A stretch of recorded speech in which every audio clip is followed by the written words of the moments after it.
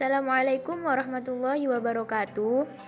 Perkenalkan, saya Aisyah Tunasiba, nomor induk mahasiswa 2002021100081 dari Program Studi Hukum Ekonomi Syariah C, Fakultas Syariah. Di sini saya akan membahas tentang mind map sebagai tugas UTS mata kuliah Studi Al-Quran dan Hadis. Mind map kali ini mengenai studi Al-Quran. Yang pertama membahas tentang terminologi Al-Quran dan aspek histori turunnya Al-Quran. Yang kedua, Maki dan Madani. Yang ketiga, Nasih dan Mansuh. Dan yang keempat, Nuzul Al-Quran. Yang kelima, Ijaz Al-Quran. Dan yang terakhir, Rasem Al-Quran. Sekarang saya akan menjelaskan lebih rinci mengenai terminologi dan histori turunnya Al-Quran. Yang pertama, pengertian Al-Quran secara terminologi adalah firman Allah yang diturunkan kepada Nabi Muhammad sebagai mukjizat dan berfungsi sebagai petunjuk manusia.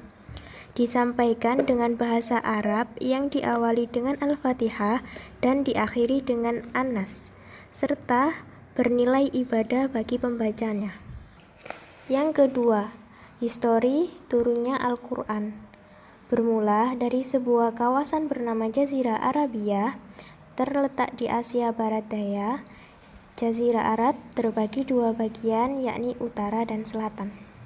Kemudian, para masyarakat Arab saat itu terdiri dari beberapa suku. Salah satunya yang terkenal saat itu adalah suku Quraisy. Lalu, kehidupan keagamaan penduduk Arabia bervariasi, terutama Mekah. Yang kedua, saya akan menjelaskan tentang Maki dan Madani. Yang pertama, pengertian Maki dan Madani dibedakan menjadi 3. Yang pertama, berdasarkan masa tempat turunnya.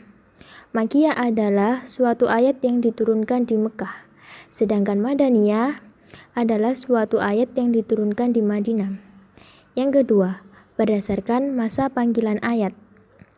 Makiyah adalah ayat yang panggilannya ditujukan pada penduduk Mekah, sedangkan Madaniyah ayat yang panggilannya ditujukan pada penduduk Madinah. Yang ketiga, berdasarkan masa turunnya. Makiyah adalah ayat yang diturunkan sebelum Nabi hijrah, sedangkan Madaniyah ayat yang diturunkan sesudah Nabi hijrah. Yang kedua, mengenai ciri-ciri surat Makiyah dan Madaniyah. Ciri-ciri surat Makiyah. Yang pertama, terdapat kata kala. Yang kedua, memuat kisah Nabi dan umatnya terdahulu. Yang ketiga, ayatnya pendek-pendek. Yang keempat, isinya memberi penekanan pada masalah akidah. Dan yang kelima, menyuruhkan dengan kalimat anak Adam. Sedangkan ciri-ciri surat Madaniyah, yang pertama, terdapat kalimat orang-orang beriman. Yang kedua, memuat hukum syara seperti ibadah dan muamalah. Yang ketiga, ayatnya panjang-panjang. Yang keempat, terdapat hukum faraid, hudud, kisos, dan jihad. Yang kelima, menyebut orang-orang munafik, kecuali Al-Ankabut. Dan yang terakhir, memuat bantahan terhadap ahli kitab Yahudi atau Nasrani. Yang ketiga, saya akan menjelaskan tentang nasih dan mansuh. Pengertian nasih secara etimologi yakni menghapus. Sedangkan menurut terminologi adalah menghapus suatu hukum syara dengan dalil syara yang datang kemudian dengan catatan tidak ada nasih itu. Sedangkan pengertian mansuh secara etimologi adalah sesuatu yang diganti. Sedangkan terminologi mansuh adalah hukum syara yang menempati posisi awal yang belum diubah dan belum diganti dengan hukum syara yang datang kemudian. Yang kedua, macam-macam nasah dan mansuh. Nasah terbagi menjadi berbagai macam-macam bagian. Di antaranya, yang pertama, nasah Al-Quran dengan Al-Quran. Yang kedua, nasah As-Sunnah dengan Al-Quran. Yang ketiga, nasah Al-Sunnah dengan Al-Sunnah. Dan yang ketiga, menjelaskan tentang urgensi nasih dan mansuh. Yang pertama, nasih dan mansuh bertujuan untuk mengetahui proses tasyrik. Dan yang kedua, nasih dan mansuh bertujuan untuk menelusuri tujuan ajaran serta ilat hukum. Yang keempat, saya akan menjelaskan tentang nuzulul Al-Quran. Yang pertama, mengenai pengertian nuzulul Al-Quran. Nuzulul Al-Quran secara harfiah berarti turunnya Al-Quran. Sedangkan secara istilah, nuzulul Al-Quran adalah merujuk pada peristiwa penting penerusan Al-Quran secara keseluruhan diturunkan di Lauhul Mahfud ke Baitul Izzah di langit dunia, lalu diturunkan beransur-ansur kepada Rasulullah SAW melalui perantara malaikat Jibril sesuai peristiwa 22 tahun, 2 bulan, 22 hari. Yang kedua, mengenai manfaat dari nuzulul Al-Quran. Dengan adanya nuzulul Al-Quran bermanfaat untuk memudahkan para mufasir untuk menemukan tafsir dan pemahaman suatu ayat dari balik kisah yang diturunkan dari ayat tersebut. Yang kedua, memberikan dasar yang kokoh untuk menyelami makna suatu ayat Al-Quran.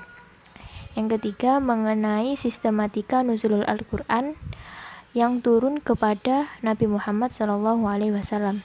Yang pertama, malaikat Jibril langsung memasukkan wahyu ke dalam hati Nabi.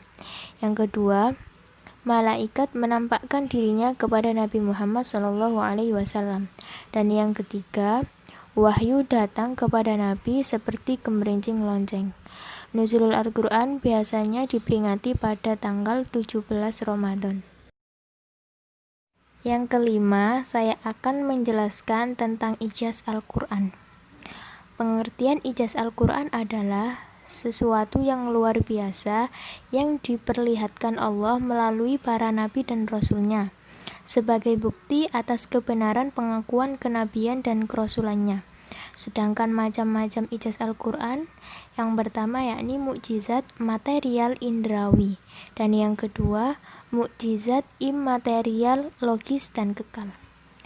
Aspek ijaz Al-Quran, yang pertama aspek kemukjizatan bahasa, yang kedua aspek kemukjizatan ilmiah, yang ketiga aspek tasyrik, yang keempat aspek kemukjizatan mengetahui hal-hal ghaib, dan yang kelima aspek ilmu dan hikmah. Tujuan dan fungsi ijaz Al-Quran. Tujuan dari ijaz Al-Quran yakni tuntutan dan pengarahan Allah itu bermakna. Sedangkan fungsi dari ijaz Al-Quran adalah bukti kebenaran para nabi dalam menyampaikan firman Allah.